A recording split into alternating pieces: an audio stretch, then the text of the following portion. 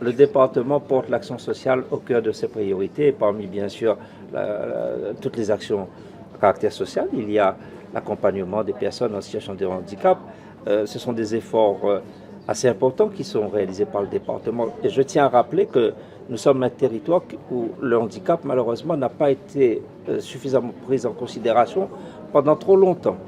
Et il y a, depuis une décennie, une prise de conscience considérable qui a été réalisée. Et aujourd'hui, on a un point où il y a beaucoup d'acteurs sur le terrain qui, comme je le dis, sont comme des petites lampes qui se sont allumées et qu'il convient pour nous d'accompagner parce que nous avons des énergies, nous avons des volontés, plein de projets. Mais pour cela, il faut le soutien des institutions et en premier lieu, le soutien de l'État. C'est pour cela que je salue encore une fois la présence et le déplacement de Madame la ministre ici, le soutien du président de la République et du gouvernement en faveur de notre territoire éloigné, et ces 47 millions représentent une somme importante, considérable. Il nous appartiendra bien évidemment au département d'apporter notre contribution qui s'élèvera elle aussi autour de 30 millions d'euros, un peu moins de 30 millions d'euros.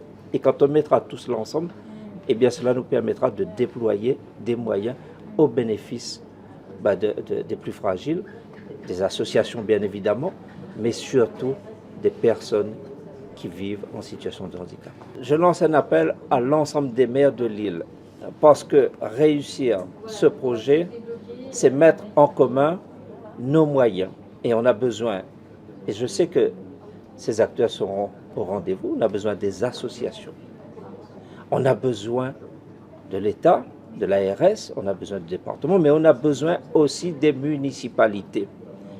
Et avec l'association des maires et les 24 maires de l'île, je compte avec le directeur de l'ARS pouvoir piloter ce projet de façon à ce que les centres communaux d'action sociale soient des partenaires mobilisés, qu'on puisse avec les maires disposer de fonciers pour pouvoir déployer et créer ces places tant attendues par nos concitoyens. C'est un moment historique, je pense que c'est important. Nous vivons un moment historique en matière de prise en considération du sujet du handicap à La Réunion. C'est un moment historique, il faut le dire, il faut le souligner.